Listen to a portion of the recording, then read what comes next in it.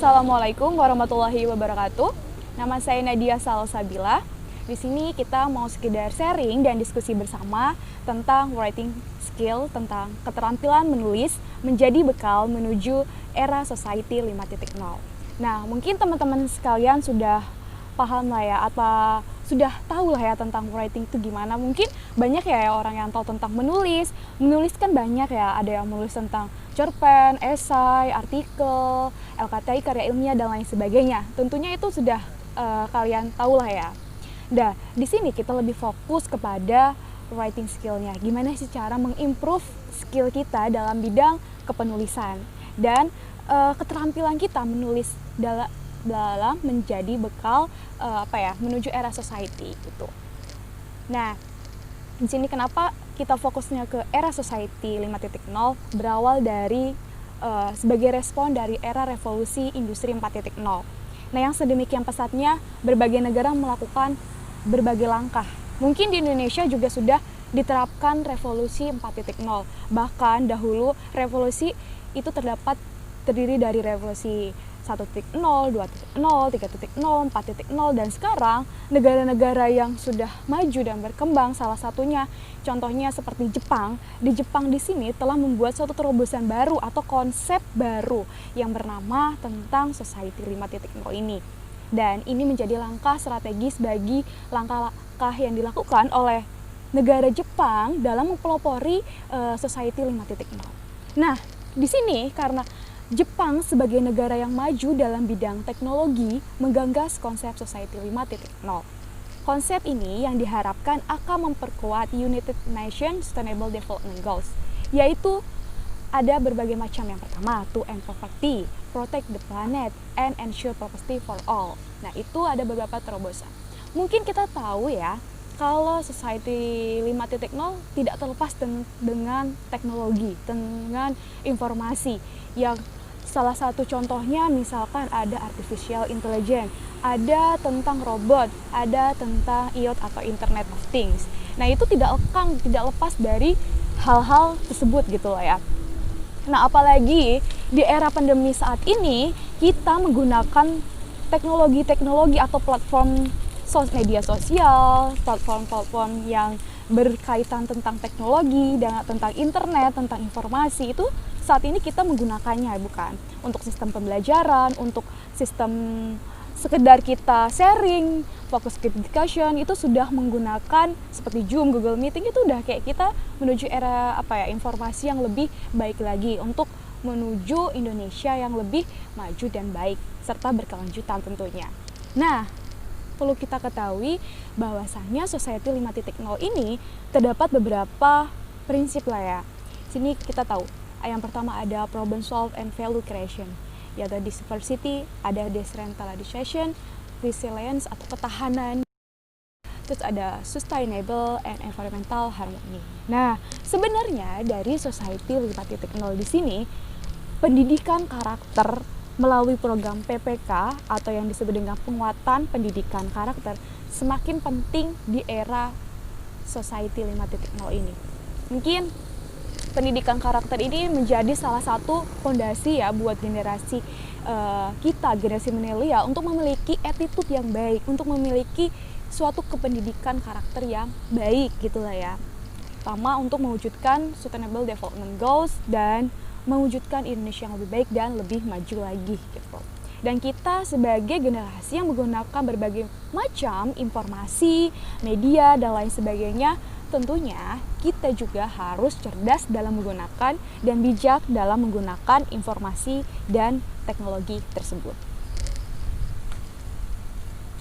Nah, dari berbagai informasi yang ada dan kemampuan-kemampuan yang dimiliki oleh setiap masyarakat atau society lah ya, komunitas atau kita sebagai individu, kita harus bisa menjadi smart people. Kenapa smart people? Ketika kita sudah menjadi smart people, kita dapat menggunakan segala sesuatu dengan bijak, dengan informatif juga, dengan adaptif, dengan berbagai macam. Di lingkungan apapun kita mampu membuat sesuatu terobosan ide yang bisa bermanfaat dan tentunya dapat memberikan suatu kontribusi kebermanfaatan bagi negara bangsa ini gitu. Dan kita setiap manusia atau setiap orang tentunya pasti memiliki kemampuan ya, skill. Dan mungkin kita pernah mikir, skill kita itu di bidang apa, skill kita tuh bisanya di mana gitu. Kadang kita masih kayak bingung lah ya, skill itu sebenarnya apa gitu. Sebenarnya karena diri kita sendiri yang mampu mengetahui kemampuan, keterbatasan diri kita, tolak ukur kemampuan kita bisanya di mana gitu kan ya. Terutama dalam tolak ukur kemampuan dalam bidang kepenulisan gitu. Setiap orang tuh bisa, jangan kak saya belum tahu nih kak sistematikanya gimana dalam menulis, kak saya belum tahu gimana sih dalam keterampilan atau mempunyai skill dalam mengimprove writingnya di sini gitu. Karena kan kita butuh proses belajar, ya nggak apa-apa, semua orang tuh pasti bisa dalam melakukan hal tersebut gitu. Nah di sini nih ada kakak mau sedikit sharing tentang how to improve your academic writing skill. Gimana sih caranya? Nah, ini ada beberapa cara nih, ada 5 yang telah kakak rangkum. Yang pertama, read. Kenapa harus menganjurkan untuk read? Atau yang disebut dengan membaca. Ketika kita semakin banyak membaca, ketika kita semakin banyak literatur yang kita jadikan acuan untuk kita pahami, kita baca, itu akan menambah knowledge kita. Kita menambah wawasan kita menambah keilmuan kita dalam berbagai sudut pandang ya, atau kita bisa melihat berbagai sudut pandang perspektif tidak hanya dalam satu objek saja, tapi kita tahu keilmuannya, kita tahu wawasannya kita udah punya gitu loh. The more you read, the more you understand. Jadi semakin kalian banyak baca, kalian semakin banyak mengerti gitu, mengerti akan sesuatu hal yang kalian tekuni. Nah itu pertama.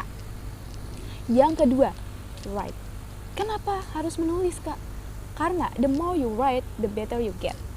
Semakin baik kamu nulis, jadi kamu tuh harus mengimprove nih ya, kayak bukan harus ya, melatih lah ya soft skill kita dalam bidang menulis, terutama dalam menulis itu, mau itu esai yang sederhananya dulu, atau mau itu menulis kayak cerpen dan lain sebagainya, itu kita bisa improve dengan tulisan ya, sedikit demi sedikit kita bisa mengimprove skill kita di bidang itu gitu ya. Terus edit. Nah setelah kita menulis, kita ngedit. Jadi ya kalau saran dari saya, pengalaman kakak dalam bidang kepenulisan lah ya.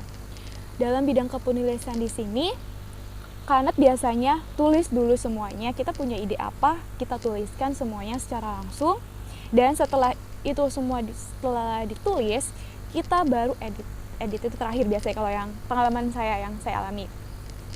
Kenapa edit itu terakhir? Karena ketika kita menulis terus kita langsung edit, kita menulis kita langsung edit, itu akan kita nggak akan selesai itu tulisan, karena kita merasa ini kayaknya kurang cocok deh, ini kayaknya akan cocok, dan kapan selesainya gitu.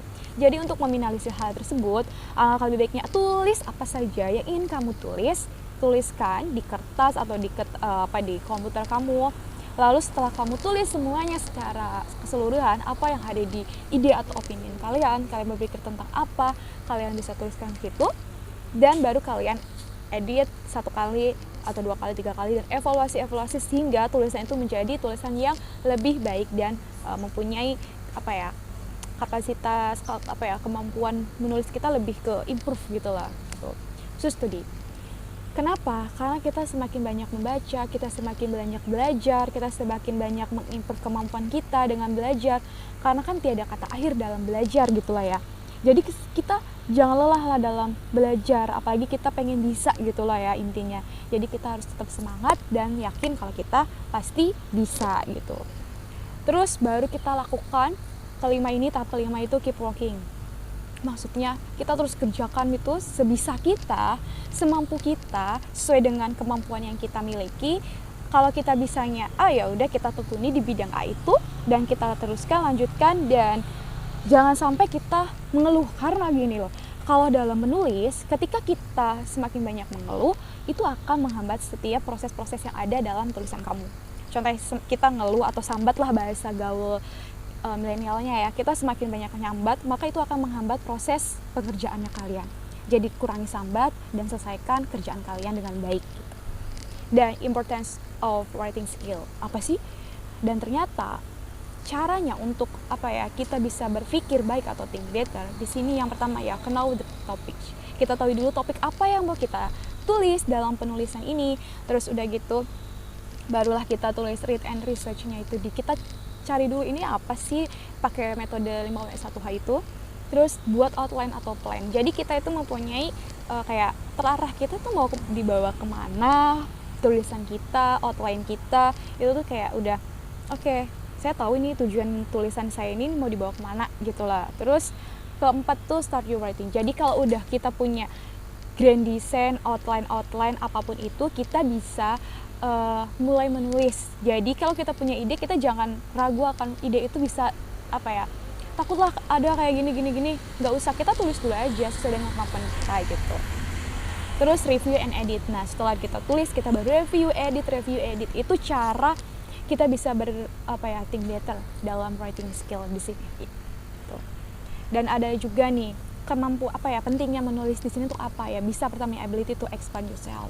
Terus ada berbagai macam tuh, kita bisa lihat improve communication skill. Ketika kita menulis, kita presentasi, itu kan bisa mengimprove public speaking kita, mengimprove skill kita dalam bidang kepenulisan gitu. Itu kan kayak lebih wow gitu, bisa kita setidaknya menebarkan suatu kebaikan dan kebermanfaatan hidup. Lanjut. Nah, kadang di generasi milenial ini atau generasi di Indonesia, anak muda itu dalam menulis itu hal yang paling sulit adalah menentukan atau mencari topik. Itu gagasan itu sulit, ya enggak? Apa kalian merasa enggak kalau kalian mau cari ide, mau mencari inovasi, terus mencari ide-ide kreatif itu kayaknya susah deh, Kak. Selanjutnya yaitu setelah kita mulai start your writing, kita udah punya ide, kita udah tuliskan semua ide-ide yang kita punya, nah baru kita review dan edit. Nah setelah itu sebenarnya kita itu ada langkah-langkah yang dibuat di sini itu tuh untuk mempermudah kita dalam berpikir bagaimana caranya untuk menulis itu dengan baik gitu loh, dan mempermudah kita dalam mengimprove skill kita dalam bidang writing skills di sini gitu. Nah, sini ada beberapa tentang bagaimana sih manfaat atau benefit dari kita menulis itu. Kita bisa mengimprove apalagi nih, ability to expand yourself. Terus bisa juga kalau kita mau presentasi di depan, mempresentasikan hasil karya kita atau penelitian atau penulisan kita, itu bisa mengimprove kita juga dalam bidang communication skill atau public speaking, mempresentasikan di depan gitu kan, dan lain sebagainya. Kita bisa tahulah berbagai macam manfaat dari menulis itu. Nah, selanjutnya untuk generasi muda sekarang itu mungkin kendalanya adalah bagaimana sih cara untuk mencari gagasan yang baik dan benar, dan bagaimana cara menentukan topik penelitian atau penulisan dan lain sebagainya. Nah, bahkan kita aja yang sudah tahu bagaimana itu penelitian, kita kadang masih bingung bagaimana cara menentukan gagasan gitu kan. Nah, ada beberapa artikel yang pernah saya baca yang berjudul dengan A Guide to Increase Creativity in Research, Inspiration on Perspiration. Di sini kita bisa tahu kalau mendapatkan gagasan penelitian memang merupakan langkah sulit tuh. Seorang ilmuwan aja mengatakan bahwasanya emang sulit. Menurutnya seorang peneliti yang sukses biasanya ditentukan oleh ketepatannya memilih masalah penelitian, baik dari aspek guna, laksana maupun dari ketersediaan metode untuk memecahkannya. Itu memang sulit, tapi kalau kita udah tahu cara menentukan ketepatan masalah itu seperti apa, problem solvingnya itu seperti apa, memproyeksikan dengan baik, insya Allah itu kedepannya itu kayak kita bisa mengarahkan sasaran kita ke apa, dan itu kita bisa nulis gitu. Dan ada nih tips cara atau mencari ide atau meningkatkan kreativitas kita lah ya dalam menulis bidang apa, entah itu penelitian, nulis esai atau menulis lain sebagainya. Yang pertama, kita adalah gunakan prinsip 5W1H. Rajinlah melontarkan pertanyaan dengan prinsip 5W1H ini. Kenapa? Karena ketika kita melontarkan 5W1H, kita bisa menjadi sumber ide penelitian bagi kita. Apa, bagaimana, siapa, dan kita bisa mengeksplor di bidang itu. Kedua, browsing internet. Kenapa? Gunakanlah perpustakaan dan internet. Perpustakaan baik berupa buku, jurnal, artikel yang merupakan sumber inspirasi yang sangat baik tentunya gitu. Terus berpikirlah secara out of the box. Kenapa? Karena kunci dari orisinalitas sebuah ide kalau digabungkan antara ide dengan berpikir out of the box bisa menjadi ide yang baik dan benar-benar asli untuk menciptakan berpikir di luar kotak tersebut. Selanjutnya yaitu ada caranya dengan cara kita membaca artikel, jurnal ilmiah, penelitian relevan, jurnal bahkan jurnal internasional. Jurnal internasional kalian bisa akses di berbagai jurnal. Misalnya ada JSTOR, Schema.go, atau SIHUB, atau dan lain sebagainya tuh kayak yang udah standarnya Scopus. Kalau mau internasional lebih baik gitu ya, kalian bisa explore di situ, baca-baca aja dulu. Selanjutnya kita kalau kita udah punya ide, tentunya kita harus mengecek ulang nih ide kita. Apakah ide kita itu udah pernah ada belum sih sebelumnya? Apakah udah ada pernah yang buat belum sih gitu kan ya? Kalau sudah ketemu idenya, bisa kita langsung ketik aja di Google mesin pencarian untuk memastikan bahwa ini tuh idenya benar-benar hasil atau enggak gitu. Pernah ada yang buat atau enggak gitu. Itu bisa dicek namanya ya. Terus kalau enggak kita punya kelompok diskusi. Kalau kita udah punya circle, kelompok diskusi bareng-bareng, di situ kita bisa membentuk suatu ide tertentu gitu loh. Dengan diskusi kita bisa memecahkan masalah bersama-sama dan menghasilkan suatu ide. Daripada kita hanya nongkrong main sana main sini tapi tidak membuahkan hasil gitu ya, atau memberikan pemikiran kritis yang solutif, mendingan kita diskusi dengan kebermanfaatan atau bisa diskusi dengan terus berkebaikan daripada kita gibah terus ya. Kalau lagi nongkrong nih ceritanya kita gibah, mending kita bicarakan suatu isu, kita bicarakan tapi secara santai aja, nggak usah terlalu serius, tapi kita bisa memberikan rekomendasi yang solutif gitu. Nah, langsung tuliskan segera ide yang muncul, percaya bahwa Anda bisa melakukannya. The best way to get good idea is to get a lot of idea gitu ya. Nah, pencarian gagasan biasanya di sini ada beberapa nih. Daftar masalah umumnya seperti apa, dan kenyataannya itu sebaiknya itu seperti apa, dan itu udah ada gitu lah ya stepnya. Ini ada nih, kalau kita dalam suatu kondisi lingkungan permasalahan, suatu gap antara kenyataan aktual dan keinginan ideal yang dihendaki. Yang pertama itu ada kondisi aktual dulu. Kondisi aktualnya itu seperti apa nih permasalahannya. Terus keinginan yang idealnya itu maunya seperti apa. Nah, di situ kan pasti akan terdapat suatu gap masalah. Nah, itu kita bisa cari problem solve-nya di situ dan kita bisa explore di situ, baru kita kembangkan menjadi tulisan gitu. Kita buat outline dulu aja nggak apa-apa, baru kita improve your skill dengan tulisan yang ilmiah atau bahkan yang esai gitu. Nah, sebenarnya nih ada nih cara mengetahui originalitas ide penelitian kita. Kita bisa dengan cara browsing pertama, yang kedua itu dengan melihat jurnal, buku, artikel dan lain sebagainya, itu caranya. Terus cek plagiarism, karena kita sebagai seorang penulis ya, kita tentunya harus menghindari hal-hal plagiarism ya. Kita nggak asal untuk bisa menulis dan mengimprove tulisan kita, terus kita copy paste dengan mengutip sana sini, itu tidak boleh. Karena kalau kita mengutip pun bahkan ada tata caranya, mengutip pun bahkan ada kayak sumbernya dari mana gitu kan. Kita harus mencantumkan dengan baik gitu kan, ada etikanya lah. Makanya ini generasi muda saat ini perlunya ada pendidikan karakter yang beretika dan bermoral. Karena kalau kita nggak punya etika dan kita asal nulis, kutip langsung kita tulis, itu nggak beretika gitu ya. Pas dicek plagiarism ternyata plagiarism, nanti bahayanya ke kita lagi gitu kan ya. Jadi untuk meminimalisir hal tersebut, kita bisa cek plagiarism menggunakan Turnitin, mungkin itu udah pada tahu kan teman-teman semua.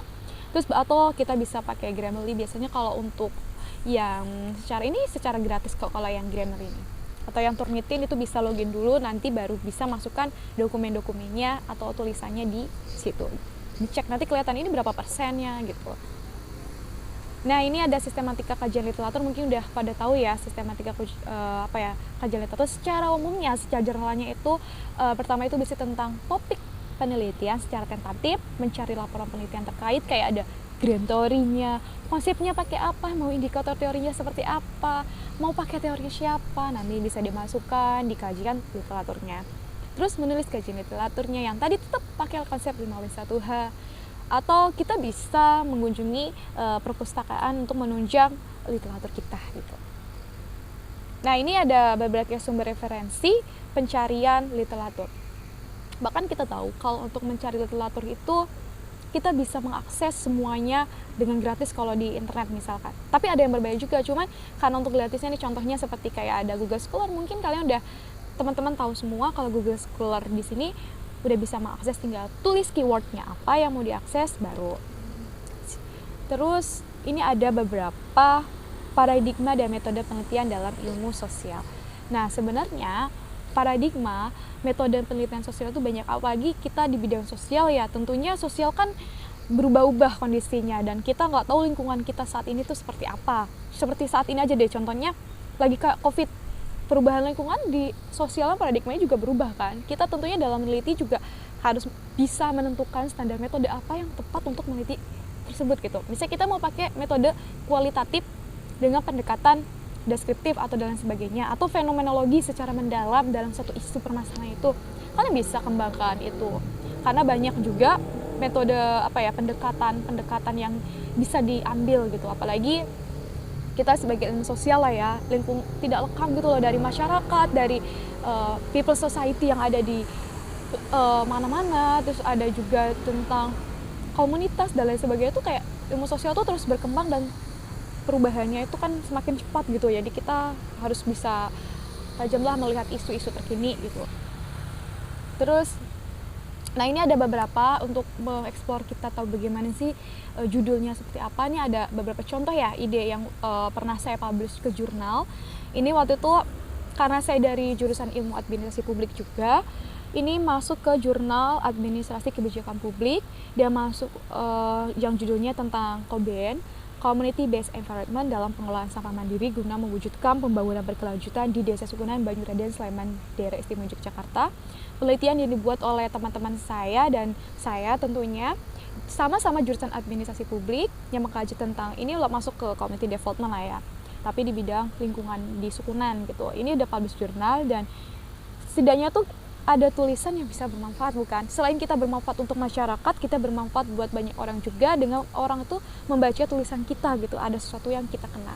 Buat teman-teman semua yang sudah mempunyai suatu ide, kalian jangan ragu untuk maju melangkah, untuk take action, mengimplementasikan atau mengaktualisasikan seluruh ide-ide kalian. Mau entah itu orang menganggap, ini kayak gini, ini kayak gitu, abaikan kata-kata orang dan kalian tetap maju untuk menuliskan dan mengaktualisasikan. Kalian tinggal take action, lakukan dan beri perubahan yang bisa bermanfaat, dan ini tuh benar-benar ide kalian itu orisinil, asli, buatan kalian, dan ini tuh bisa maju dan berkelanjutan gitu. Asal kalian yakin mengenai ide yang kalian buat, insya Allah kalian bisa mengekspor itu gitu. Jadi jangan ragu, jangan gentar, pokoknya terus maju dan yakini, believe yourself kalau ide kalian itu bisa diaktualisasikan. Teman-teman, dari berbagai sharing dan diskusi pada kali tentang writing skill, kita kan udah tahu ya apa itu manfaat dari writing skill itu sendiri, terus gimana cara kita mengimprove writing skill di bidang keterampilan kita gitu ya, dalam mengembangkan ide-ide itu kita tadi udah bahas bagaimana caranya. Yang pertama kayak tadi, dalam mengimprove skill kita dalam bidang kepenulisan, kita harus mempunyai banyak baca, banyak literasi jurnal juga atau bahan bacaan lah ya. Kita juga harus mempunyai tahulah bagaimana cara kita ada grand design, outline tertentu, dan itu cara-cara yang tadi sudah saya jelaskan. Nanti kalian bisa implementasikan di rumah ya teman-teman semua. Kalian bisa implementasikan buat outline, buat grand design, itu kayak gimana sih cara untuk menulisnya gitu. Nanti bisa ikutin cara-caranya gitu kayak tadi. Nah teman-teman semua, nanti kalau misalkan masih ada yang mau ditanyakan lebih lanjut tentang menulis, atau menulis itu entah karya ilmiah atau esai dan lain sebagainya, kalian bisa DM juga ke IG saya, Nadia Salbil. Kalian bisa DM gimana sih Kak caranya kalau kalian ada yang mau ditanyakan lah gitu. Atau di sini nih Kakak ada kuis nih buat teman-teman semua yang di rumah nih yang menyaksikan video ini ya. Ada kuis, nanti kuisnya bisa lihat di sini nanti ya. Ada kuis. Nah, kalian bisa lihat, nanti kalian bisa jawab kuis itu dan bisa tulis di kolom komentar di bawah ini mulai tanggal 22 September sampai 26 September.